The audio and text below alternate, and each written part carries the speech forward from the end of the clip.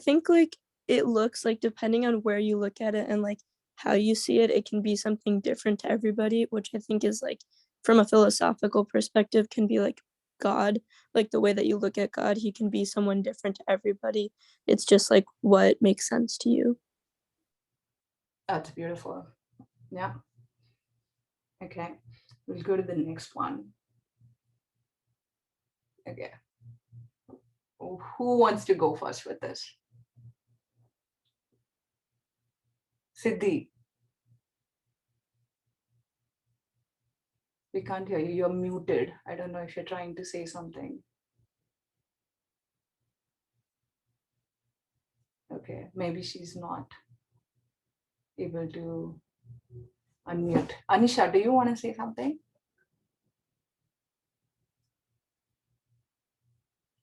So in this picture, like I can see that it's also about perception too. Like you want to believe that things are not the way it is sometimes, but really we don't see into that. Mm-hmm. Right. Yeah. And who is PS? PS? Do you want to rename yourself perhaps? Like if you right click on your own name, you can rename. There is someone called PS. Yeah, I think I can rename myself. Okay. I think adding on to it, I think this picture, I feel like it could mean multiple things depending on how you look at it. It could be what was just mentioned, how it's, your perception is different to reality, but I feel like it could also be like a bit of self-actualization, like maybe that the person in the mirror is their goal, and by seeing themselves in a different light, they can achieve their goal more readily. So I feel like there's different interpretations. Right. Yeah, I love all these interpretations. Everyone is extremely philosophical here. Dhya, do you want to say something? Dhya, you're muted.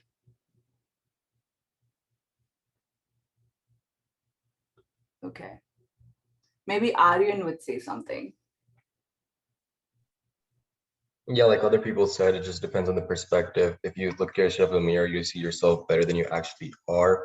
Or it could also, like, as people said, be a goal of like where you want to be. Mm-hmm. Okay, fantastic. This is an interesting image. Maitri, do you want to say something about this?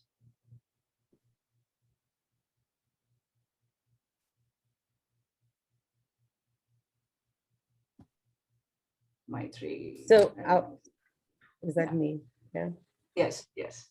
Yeah.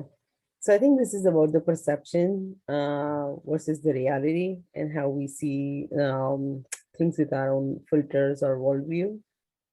Mm-hmm. Okay, that's great. Harsh, do you want to say something?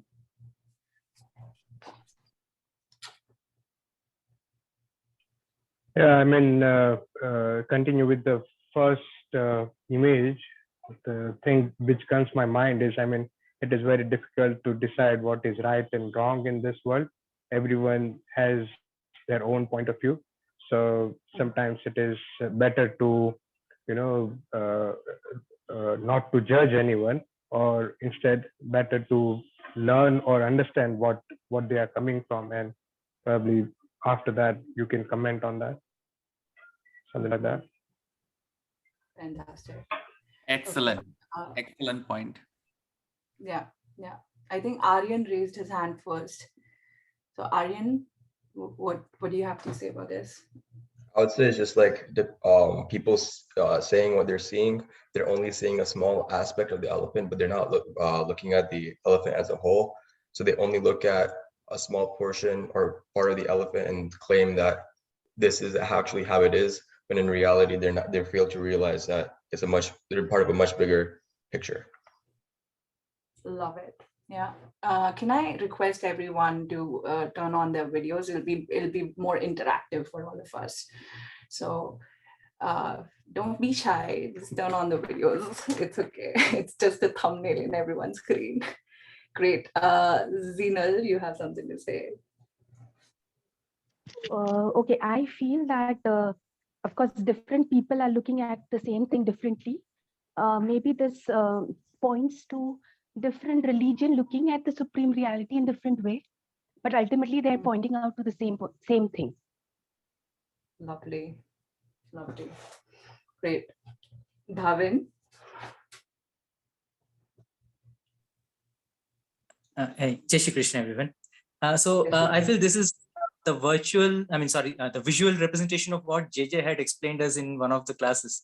Like how blind people, if you ask them, each one is touching one part of the elephant and trying to explain what elephant is. So somebody is touching the tusk and they're telling that elephant looks like tusk, while somebody is touching a tail and they're telling no, a snake, elephant looks like a rope, while somebody is touching its body and they're telling no, it's like a ball.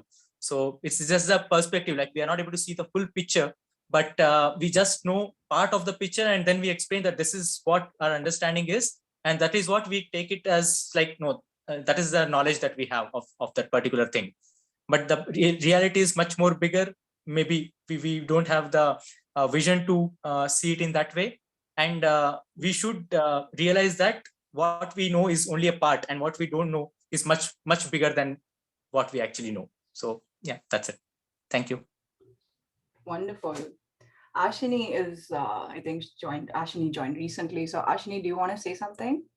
Yes, so similar to what everyone else has said before, people look at the elephant, but they see the different uses that are based on like what they need.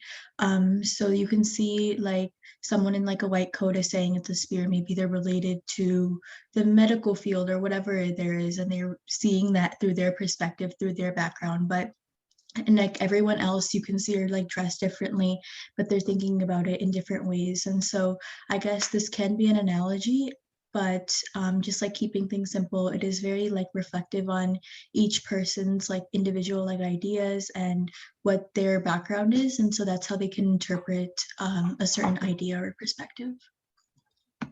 Oh, that's beautiful. Yeah, yeah. So everyone who raised their hands, if you still have something to say, please unmute yourself and say. Otherwise, you can lower the hand so that we know you don't want to say anything at this point. Great. Now on to the next image. Now this one. Does anybody want to say something about this one?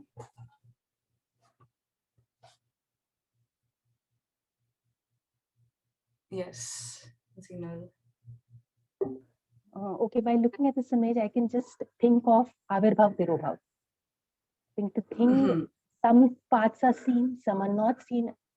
I think it's just that it directly comes in my mind. Mm-hmm. Beautiful. Fantastic. Who else? There's someone called PS, just PS. I'm very curious who PS is. Nupur, PS is Pratik. He's outside, so he cannot change his name. Okay. Okay, no worries. You say something, Ankita. So I like Zino's explanation, but okay, just looking at the image, you could say there are two triangles, one's hidden or one's superimposed on the other. So just what she's saying, right? Avirbhav, Tirobhav, that's one way to think about it. There could also be multiple triangles underneath and you're not able to visualize that. So that's what I would say, just purely looking at the image. Okay, fantastic. Rutul? I can give something different because I think that it's like Maya. What we see that people saying that Maya is the hidden layer. Like actually it doesn't exist, but it can. You just trying to imagine that there's another triangle, but in reality there's no second triangle over here. It's just that we are imagining a triangle. So that way. Nice. I like that explanation. Okay, so we've seen a lot of different, we've listened to a lot of different interpretations of so many of all these images. So basically what it tells us is that, you know, oh, there's one more. Yeah. Okay. What it tells us is that there are so many ways of looking at things and so many different ways to arrive at an understanding. Both subjectivity and objectivity play major roles in lending that understanding. So to dig deeper into this, on how we grasp knowledge, we are going to talk about branches of knowledge. Like, branches of knowledge have been classified and can be classified in so many various ways, but here we are classifying in like 4 broad fields of knowledge: science, philosophy, religion, and art. So uh, what these fields, what these branches does is, like, they are umbrella, they can act as umbrella towards all fields of knowledge. So if we look into science, for example, so science can be, the slide is still showing up. Science can be defined as a system of knowledge concerned with physical world and its phenomena. Purpose of science is to advance the frontiers of knowledge, to improve the lives of humans and make the world a better place.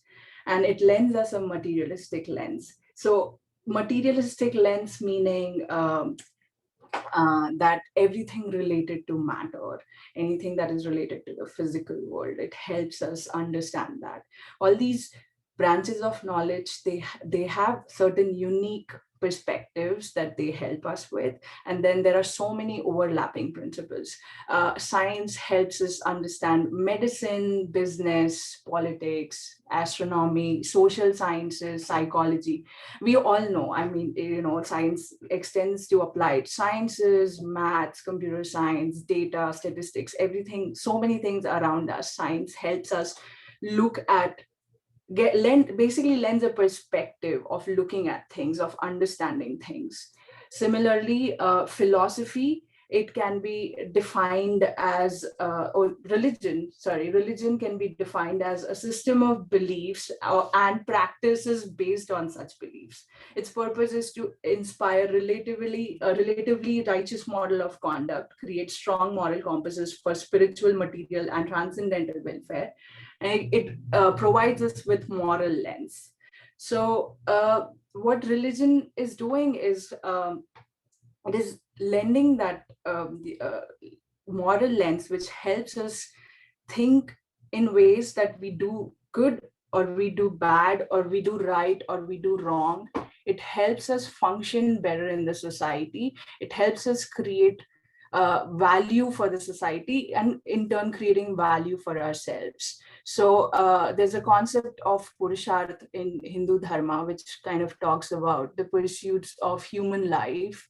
And in the broad sense, I mean, that's a very detailed topic to get into, but briefly it describes, like, there is dharma, artha, kama, and moksha. So dharma is not just religion as we see in, like, conventional sense. It's so much more than that. It's what you're bound to do, what your role is in the society, how you should function. Artha is, anything related to the material welfare in the society. How do you make money? What do you do that? Actually, economics, Artha Shastra is the translation of economics in Hindi. So Artha is kind of derived from this Artha here. So uh, if you like study various religions, they do talk about what is the good mode of conduct in business. How do you do right by people in society, in social sciences? How do you interact with the world around you, minimize, not causing harm to others, being a certain way? Obviously all these are relatives. The morality, the concept of morality itself is a very relative term. So it's important to think, like, just how exactly religion lens on everyday object. How do you put that lens? How do you put a religious lens, that morality lens, to see the world, to see anything, any daily mundane event or object or action, to understand that better? So moving on to I lost that slide, sorry.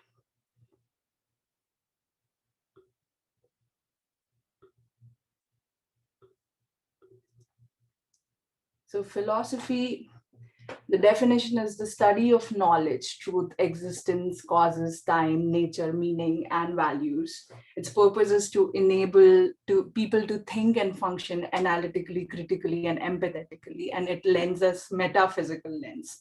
Now, meta of things is like, science thinking about science, art thinking about art, art looking at art with the lens of art, science looking at science with the lens of science, humans thinking about their own existence. So questions like that, philosophy deals with all of that. Now, again, all of this the understanding of philosophy can be applied in politics, business, ethics, ethics can be, business ethics, medical ethics, sports ethics.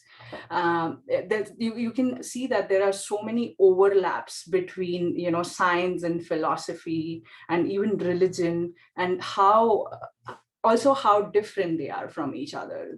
So we have to just recognize that, there are overlaps, and then there are differences, and it's just going to help us to expand how we see things. And then next is art. So art is basically just a process or or product of aesthetical and evocative form of communication and or expression. Its purpose is to stimulate, relish, express, inspire, and manifest creativity, imaginations, expressions, ideas, thoughts, and emotions. And it lends us aesthetical lens. Now, there are so many times we watch a film and we can think about like science and philosophy and all of that film, but then there is an element within us who just wants to enjoy the film, just wants to think about, oh, how good that made me feel. There is a piece of music, it's actually a soundtrack from this French movie called the name of the movie is Intouchables. I don't know if you've seen it. If you haven't, it's a wonderful film. And there's a soundtrack in that called Una Matina. It's by this artist called Ludovico Einaudi. And so many times when I've heard that music, it teleports me. It just makes me feel overwhelmed, filled with joy. And art does that to us, like in so many ways. Art is not about thinking why, what, and how. I mean, there are times where you want to think about those things, but then sometimes, you just want to be lost in art. There's like that famous phrase saying a dancer is lost in the dance, became the dance, things like that. So art does that for us. It just helps us enjoy and relish experiences around us. And now coming back to your interpretations of things, I'm going to open one painting here. Can everyone see it? I know it's small, doesn't occupy Yes. the whole space. Yeah, okay, fantastic. So you don't have to say anything, just think of how how can you look at this painting from the lens, from the religious lens, from philosophical lens, from the lens of science and art. What comes to the head? You don't have to say anything, just let it simmer and think of what it's doing. Like how can you look at it from all the four perspectives?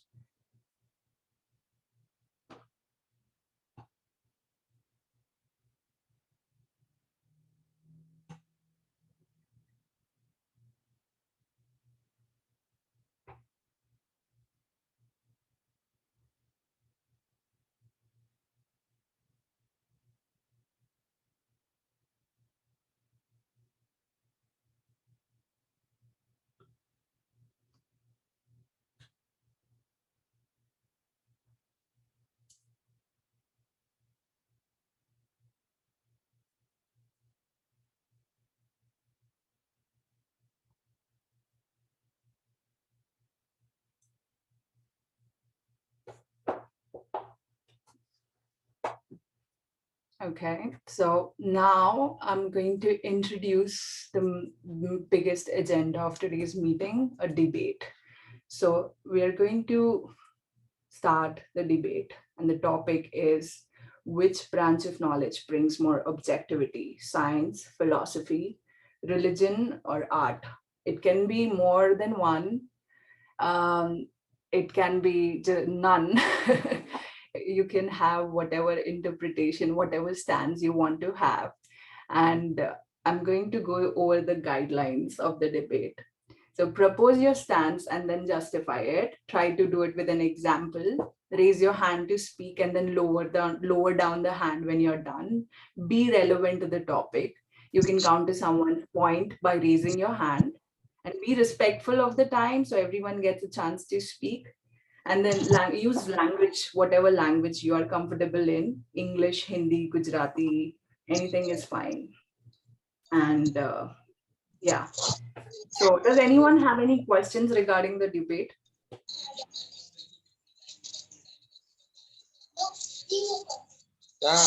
No questions?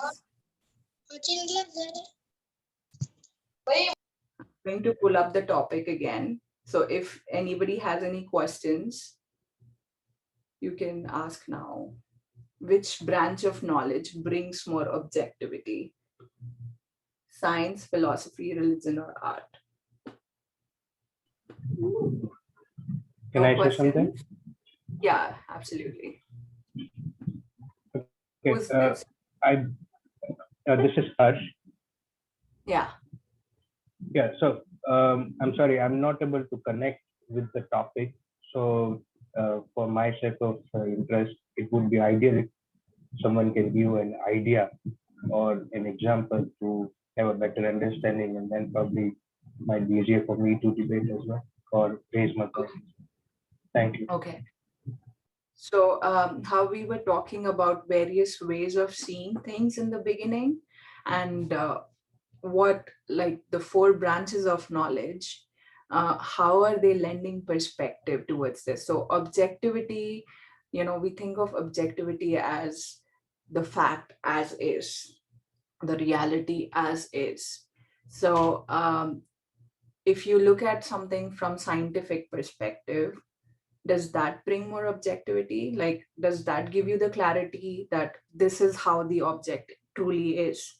And think of the examples that were shown in the beginning, and the images that were shown in the beginning, and the various interpretations people had by looking at those images. And how we talked about what how is science or philosophy or religion or art are defined, what are their purposes. So just an overarching understanding from what we have talked about so far will help you have a stance as to what will give you that objective reality about anything that you are seeing, anything that is around you. How do you interpret that? That if you see the glass of water, I don't know if you can see me, if you see the glass of water. Okay. So it is like the glass is this big. There is that famous example of half full, half empty. This is quarter full or 3/4 empty. So like, what gives you that objective sense of interpretation out of these branches of knowledge? I don't know. Does that answer your question? Yeah, I think so.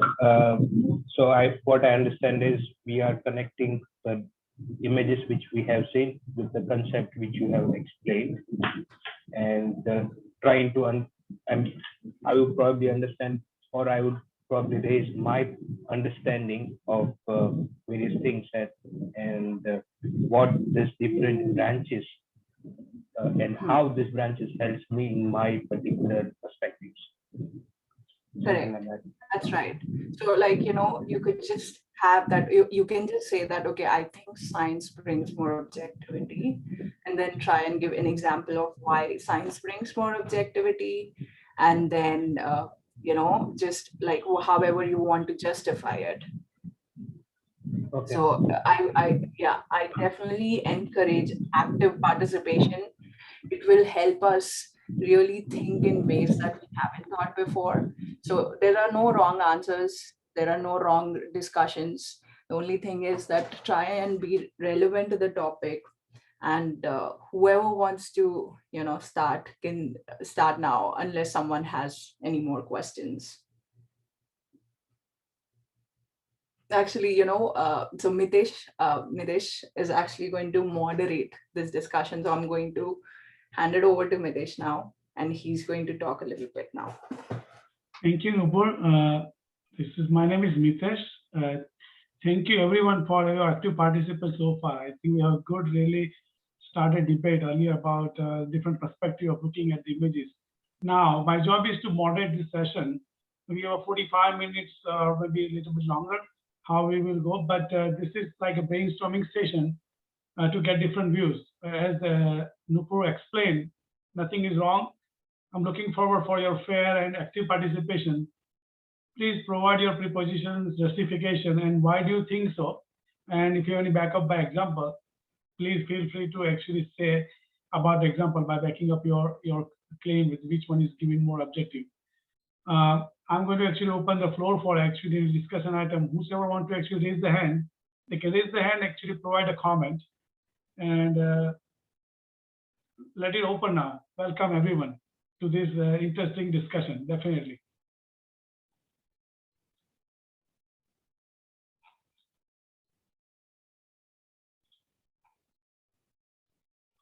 Anybody has raising hand? Zina, you raise your hand. Do you want to say something?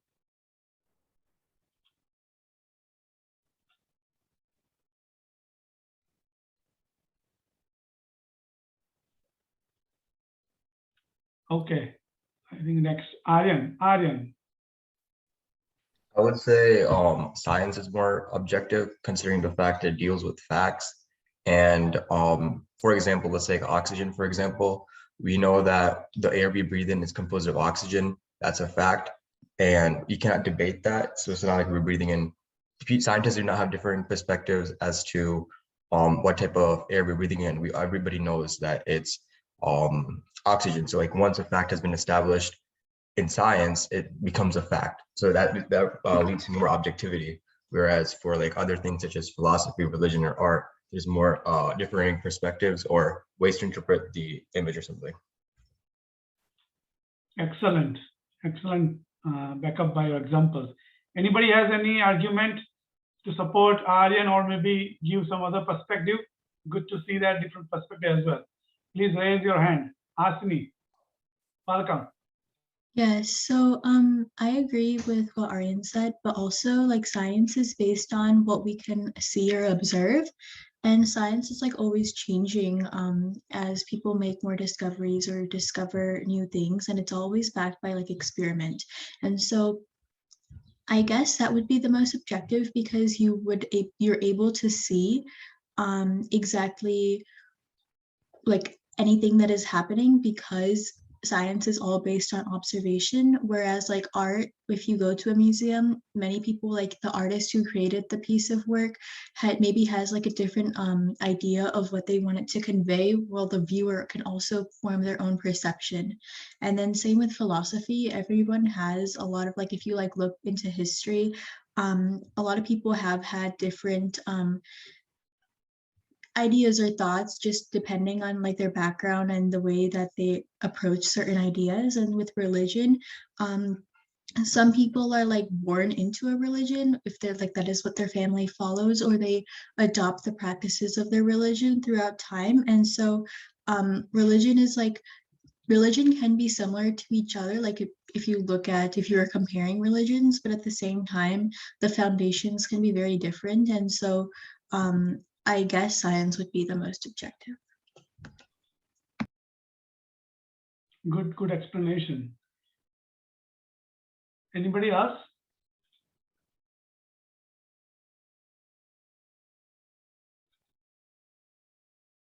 Okay, Aditya, welcome.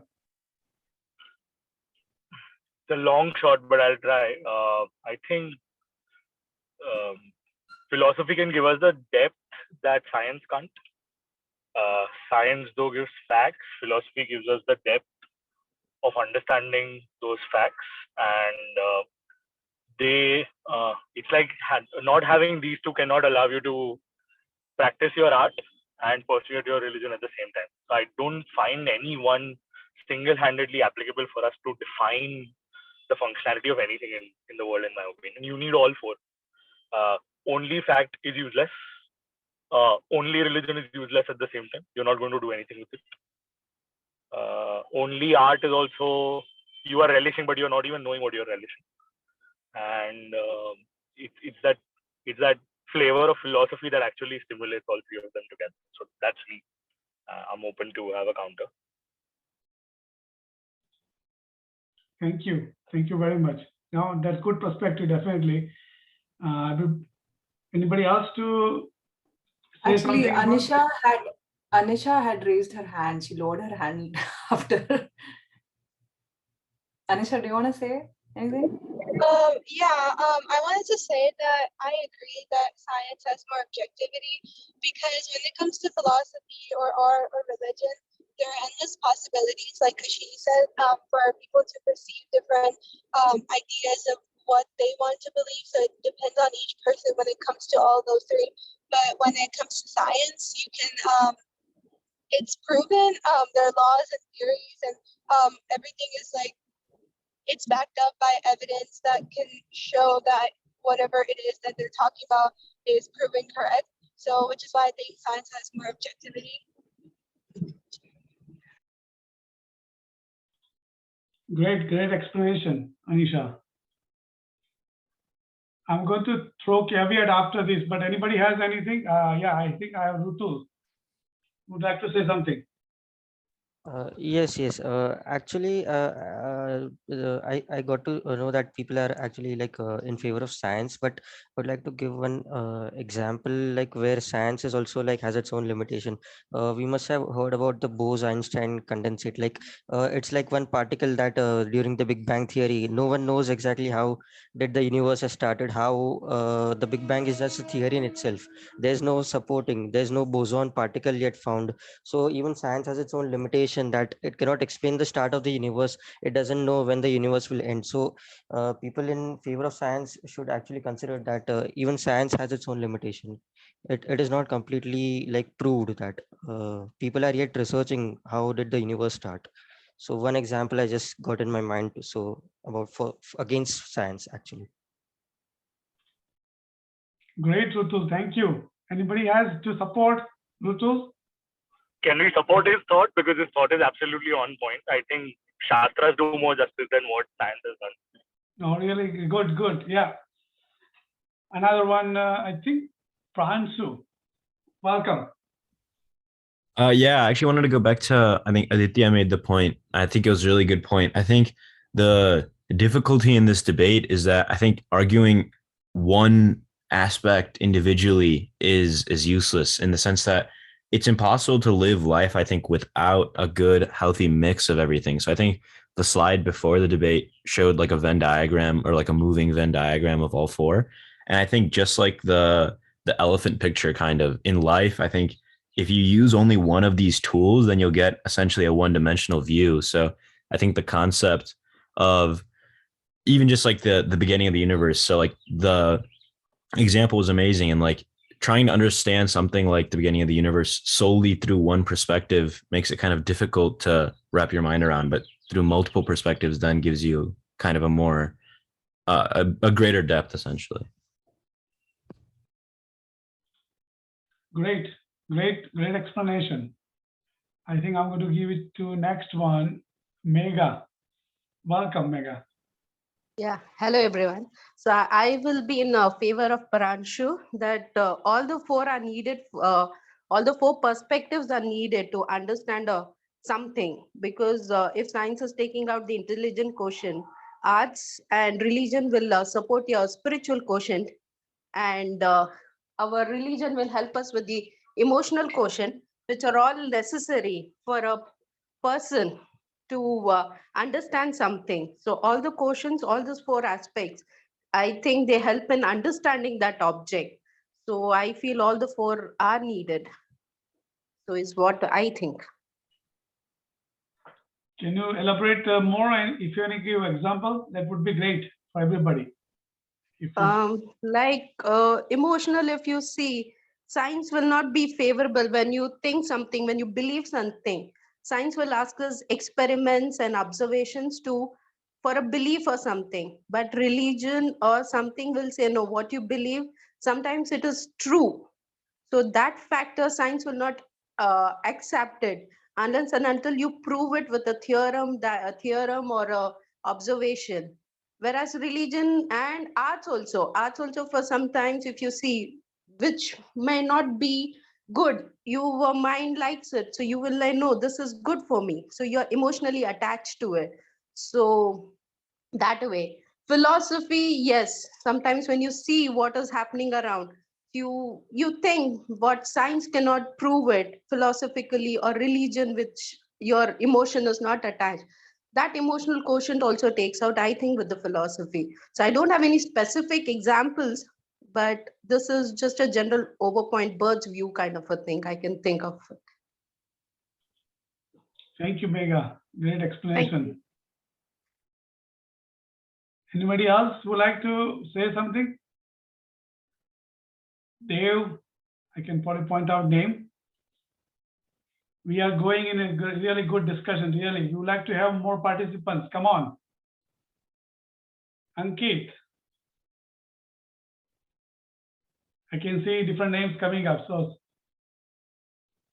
Aditya, Harsh. Harsh is the next. Welcome, Harsh. Thank you. I feel sometimes that science is also a part of the curiosity which we have. So science may not be the base of everything till the time we don't have the curiosity or we don't have the question. Science may not happen. I mean, somebody in somewhere might have thought about it, that how this universe has come up, and then they might have started doing the research.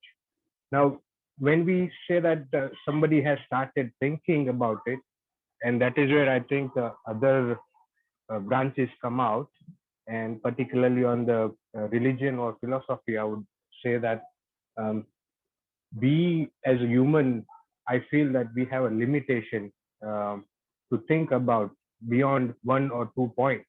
I mean, for example, science is different today than it was in probably before 100 years. We have done lot of research. We have done lot of experiments also. But at the same time, what we have heard about the different religion gurus and all, or probably our acharya himself, that they had the power to think beyond what we can do right now. So I also support in a way that religion has a little bit more power, and with religion, obviously, science can help us to answer something, which can give us a better understanding of a perspective. Thank you. Thank you very much, Harsh. Very good justification, definitely, yeah. Both has a different perspective, and you provided very good example as well. Anybody else? You can raise your hand, so at least anybody else would like to jump in. Please jump in here. I'll jump in real quick then. So there are lots of great answers here. You don't need to respond to what I'm going to ask. You just have to take that into your thought process and think more. But those who have answered the question, or those who have participated in this debate, was that philosophically analyzed answer, or was that scientifically experimented answer, or was that based on the art? If you meta think about your own answers, when you said, I believe science brings more objective, what is this statement based on? Was it based on scientific experiment that you just did and proved it? Or is it a philosophically, logically analyzed statement? Or was it a artistic perspective? or was it a religious perspective when you answered that question? So think about that as well. Think about like your meta knowledge about how did you come up with that answer as well. Something to think about that as well.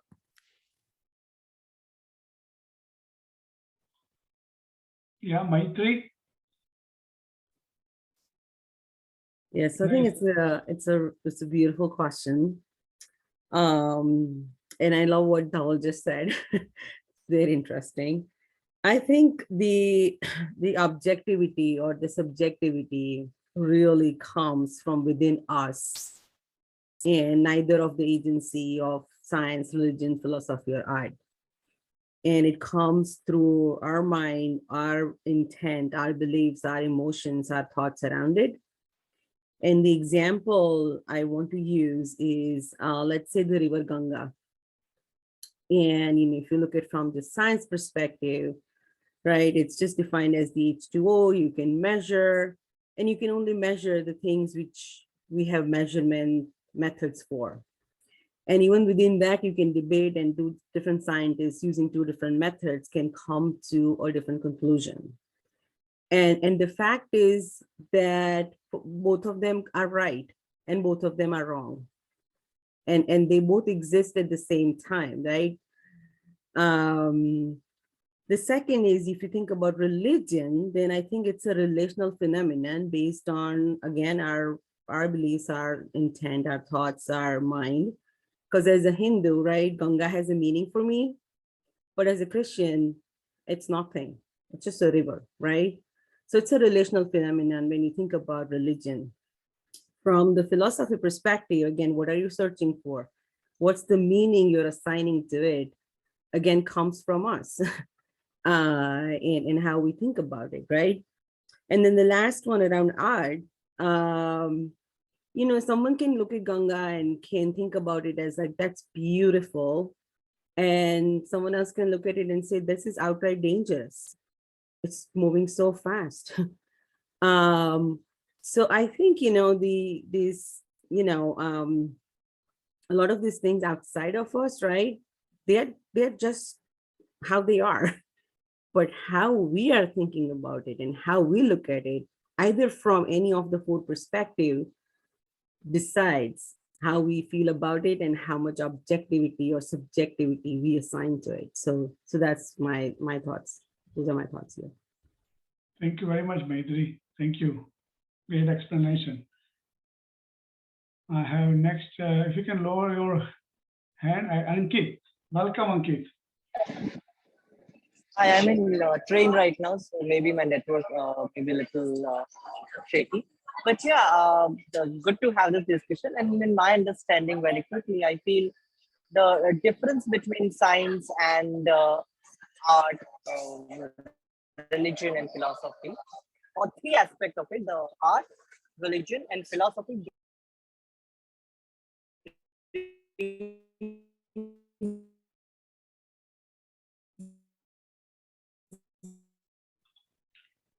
Ankit, sorry, your voice is breaking up. You're in a train. Meaning to life, brings the meaning to life. When in science, brings object. So, and again, these divisions are at the right. Am I audible? Yeah, now, yes. Yes. So then I was just saying one last statement, and that is all the difference between all these four are at the initial stage of the study. Once person increases their study and reaches to the higher level of the understanding of any of these aspects, then the boundaries between these four, becomes blur, and all of these four becomes ultimately one. So whichever way you approach, I personally feel that we will find the same truth. Whether you approach it through art or science or spirituality or philosophy or religion, it cannot be. It's like four legs of the same chair. If I try to carry one leg, automatically three will come along with me. And if I try to eliminate, no, I just want one, then there is no usefulness to it. So utility and meaning to life come by accommodating all this four together and being more inclusive in terms of how we approach life. Thank you. Thank you, Ankit. Great perspective. You think that you're saying that one perspective is not suffice, but I think all three should go together at the same time, right? That's right, sir. I think he's making a point that one perspective will lead to another will lead to eventually the third and the fourth. So we should not be looking them as a watertight compartment, because anyway, at a higher level of realization, you'll reach that point, which is very interesting and unique stand. Yeah, I actually really like that stance as well. Like, Yeah. just being aware that, all these other perspectives are going to come along, whether you are aware of it or not, is going to help us form a more, holistic understanding of things. So that was a brilliant explanation, Ankit. I have Sanvi here. Welcome, Sanvi.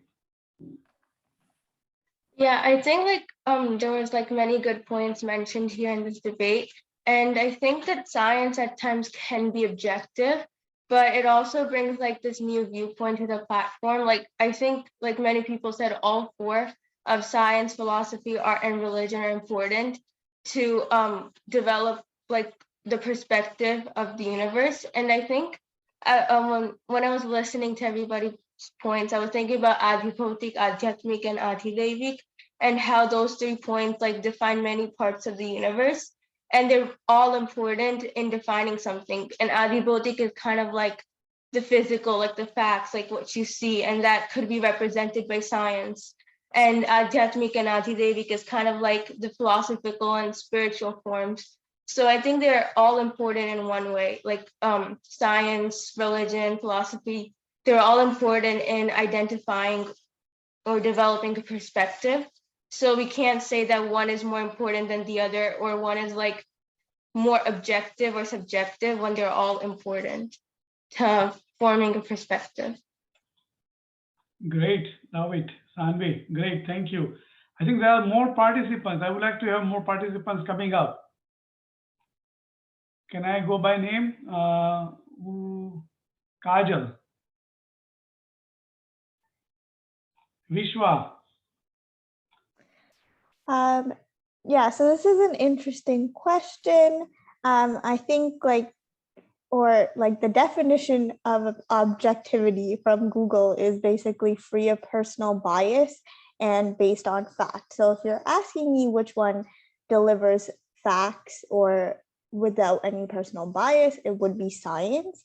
But that being said, the biggest limitation to science, something that Harsh mentioned, is that you can't answer questions that you don't know to ask, right? Like in science, you need a hypothesis that needs to be proven, but if you can't develop a hypothesis, you don't know any background information to even develop it, then it can't be proven as objective or proven as fact. And that's where I think the other 3 come into play, because when you look at things from a philosophical perspective, religious, art, you ask a greater variety or broad range of questions, which can then be proven to be objective or something through science. That being said, there are a lot of questions that potentially can't be answered by science, but that's something that I will still need to think about. Great explanation. So you're probably in the same boat that think about not one suffice, but there are a combination of 4 that need to be considered. No, it's absolutely right. It's a great discussion here. Is anybody raising other hand to either back up or probably go against anybody? Feel free to. Yeah, just adding to what Harsh and Vishwa were mentioning, it's like you cannot think of something which doesn't come to you. It's like, how do we imagine a new color? Our understandings are based on or derived out of things we already know. So science does, I agree, has that limitation. Yeah, I think more people who haven't talked, we have no takers for art though. Yeah, somebody speak for art. No takers for art. People love each other. Is love based on science? Is love objective? Is anger objective?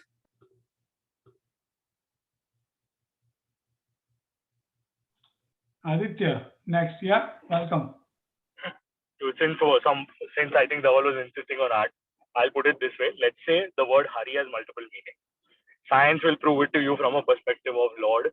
It will also say lion. It will also say monkey. It's philosophy that is giving you the context of these three. It's religion where this thing is being practiced. And while we are doing seva, we are understanding which Hari are we talking about. Are we talking about the monkey? Are we talking about the lion? Or are we talking about the Lord? I think if these three don't go hand in hand, how will the art will even get executed at the end of the day? So I think that adds on to the art part. Great, great. We are getting support for art. Thank you. Anybody else?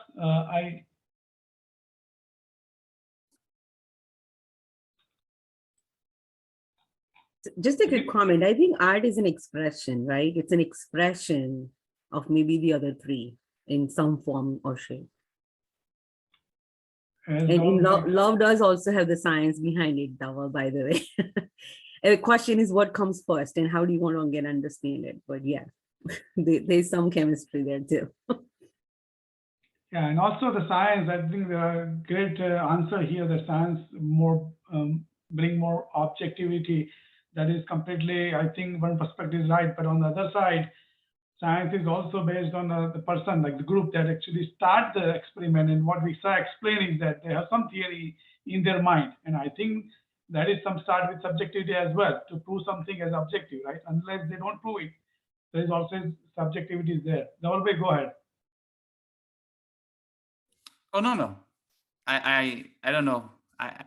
I'm fine. Thank you. Pratik. So this is actually Ankita. I'm sorry, my Zoom went out. But anyways, I kind of want to go back to Ankita and Paranshu's point about not looking at it from individual perspective, but more on an inclusive perspective. So science, which is basically a fact of something, right? We can prove or we cannot prove something. Philosophy is how we interpret some of these things.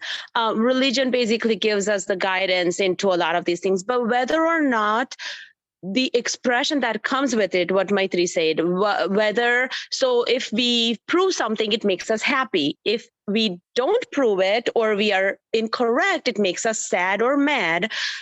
Same thing, with Bhagavan, whether we love him or we are not finding him as part of our life, all these things, the way we express it, the bhav is the art of it. So art basically is connected with every single aspect of what we have discussed so far because of the way it is incorporated and expressed in our own selves, in our lives, or in our understanding. I think that's how I would put art. Great, Ankita. Thank you. Can I just jump in? Go ahead. It feels like science and philosophy are behaving like brain and dharma and art is behaving like heart right now. That's what it really feels like.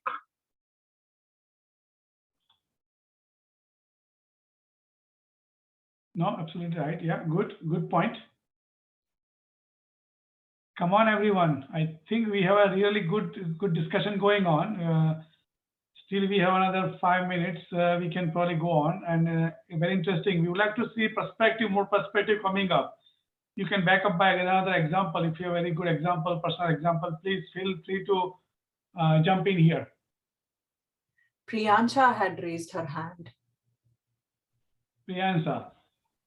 This was like slightly unrelated to the previous comment, but I was just gonna ask, like, this is kind of a question to everybody. Like, when we're talking about science, like when people make the argument that it's not like super objective because it's based off of people experimenting, like my question is like, how exactly are we defining science? Like, are we defining science as simply what has been discovered, or is science anything that we are still looking at that like might fall into that topic? Like, we have so much of space that is still left undiscovered, but is that no longer science because we haven't found it yet?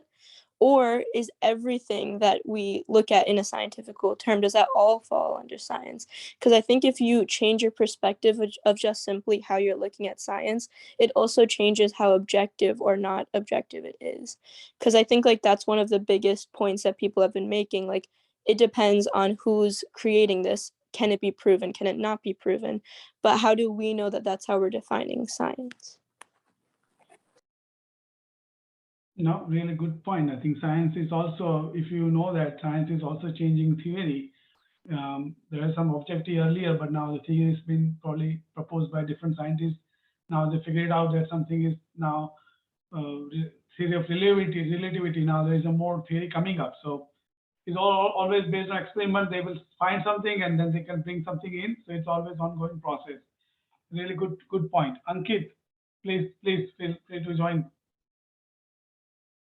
To answer the question that how do we define science, simple understanding, I think I can define science in a way that any tool or any process which can be proven by a particular tool or a process is a science. So it doesn't matter whether it's been proven in past or can be proven in future, right?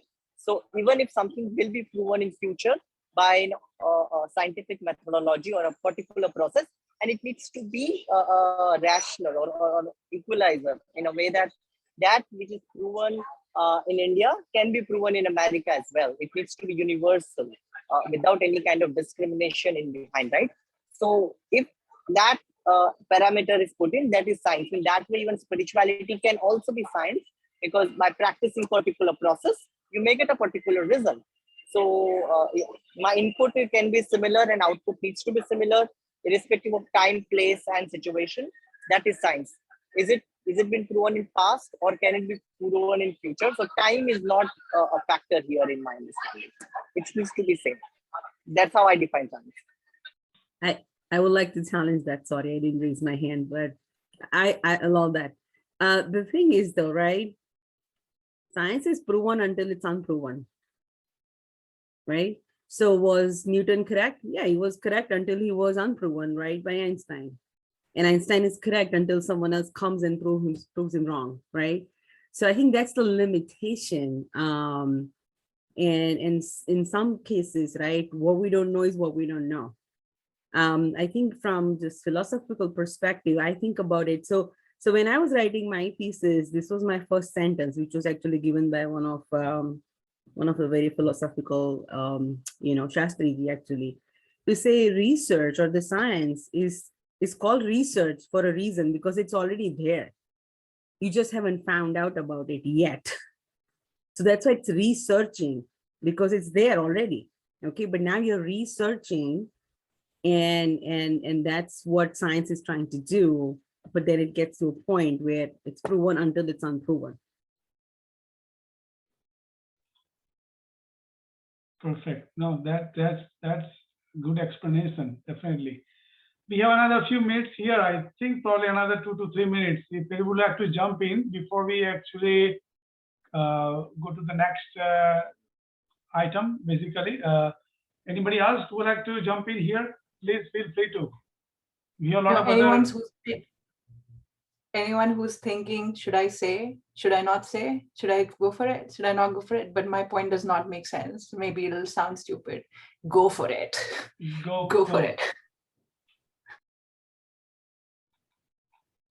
Go for it. We have here a brainstorming session and we would actually like to see different perspectives. Very good discussion. Is anybody else need to say something? Sanvi. I feel like that science doesn't have all the answers to all the questions. So when science doesn't have an answer to something that's beyond like the facts, like beyond the prakriti, when it's like otherworldly, I think that's when like philosophy and religion jump in and help to resolve those answers. But religion and philosophy, there's multiple perspectives involved in that too. So there's like not one answer when it comes to what's beyond this and the facts, but there's multiple answers, and it just has to do with what you believe in and what your opinion is and the perspective that you want to accept.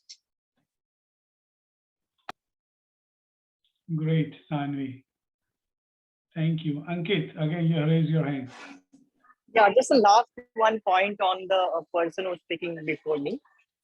Then the person said that because science theory is evolving and a new scientist can discover something and completely reject what was there before, right? But that's something we also find in religion. Like we read in Shastras that how to attain God. In Satyuga, there was another process. In Treta Yuga, there was another process. In Kali Yuga, it is just a Nam Sankirtan, right? So it is evolving just the way science theories are evolving. One scientist will disprove the earlier findings and find some new way to or prove it completely different or build on what is already established. So I think that is same applies to even religion as well. That as per the time and situations, ways of finding ultimate truth or divinity is also evolving and changing, and which is beautiful. So in that way, I think science and spirituality are meeting each other, and that's why my point still stands that science is something which is a process-driven aspect of proving something, irrespective of locations and things like that. Yeah. Do I make myself a little understand? I'm not sure if I'm able to express it correctly. No, no, it's perfectly fine. You're really good justification, definitely. Yeah. Now we have another 1 or 2 minutes. Anybody else would like to have this thing before we go to the, probably have another 10 minutes. Okay. I'll answer, Ankit. I think, so again, I 100% agree with you, actually, all right, on the evolvement of the perspective. And that's why I will go back to my first point, is that it starts with us. And so again, if you think about it, the elephant is elephant. That's the truth, right? And how we start to understand it evolves. Whether whichever perspective we take, it evolves. And ultimately, we will get to the truth of the elephant, but it's a process. So I do agree. And then again, what's the question we're asking? So I think someone just said that it depends on what's the question you're asking is the answer you're going to get. So I do agree, all of these forms are evolving, but it comes back to, again, it starts with you and the question you're asking, ultimately, hopefully leading to the truth. Yeah. Great. Great. Thank you, Maitri. I think probably that's it. Yep. I think we should go to the next part. Okay. Now, I think really thank you everyone for your great participation. We would love to see this kind of discussion going on, so then we can see different perspective, different discussion going on, and open our thought process. One of the most important thing is to open our thought process to see different perspective, and I think we are getting it here. Next session is actually super interesting. It is about like all these perspectives that we talked about today. Beautiful. One thing that, to summarize today's session, I feel like it is not just one. The truth is multidimensional, and so if we know that the face value of something is, and the way we are looking at it, it is not limited to that single perspective. It'll help us. It'll encourage us. It'll like nudge us to think holistically about anything. So next session will be about how do you validate that knowledge, that okay, I am experiencing something, or I know something about anything. How do I validate that knowledge? Because there are 10 million perspectives and they could all be right, but what works for you, what is right for you, what is the truth, the multidimensionality of truth? How do you validate the dimensions? So we really want to do these sessions more often, and we would love some participation from you guys as volunteers. It would need about 4 hours a week of commitment, but it will really help us do these sessions more often, because right now it's mainly 4 of us facilitating these sessions, and with our jobs and such, it's tricky to like actually get ready for another one. And like the momentum that is built up during a session kind of dies down, or like when you don't do another session for a month, people forget what the previous session was about. So it's really important to like decrease the amount of interval between these sessions. So I highly encourage anyone who would want to participate more actively as volunteers, it would be great to have you. So yeah, thank you again for being part of this, and the debate was lovely. It certainly made me think in ways I wasn't thinking before, and that's the hope, that we all start being like more critical thinkers, more analytical thinkers, and look at things in ways we haven't, and not be so adamant about being right, but be like be more curious, be more inquisitive towards the world around us.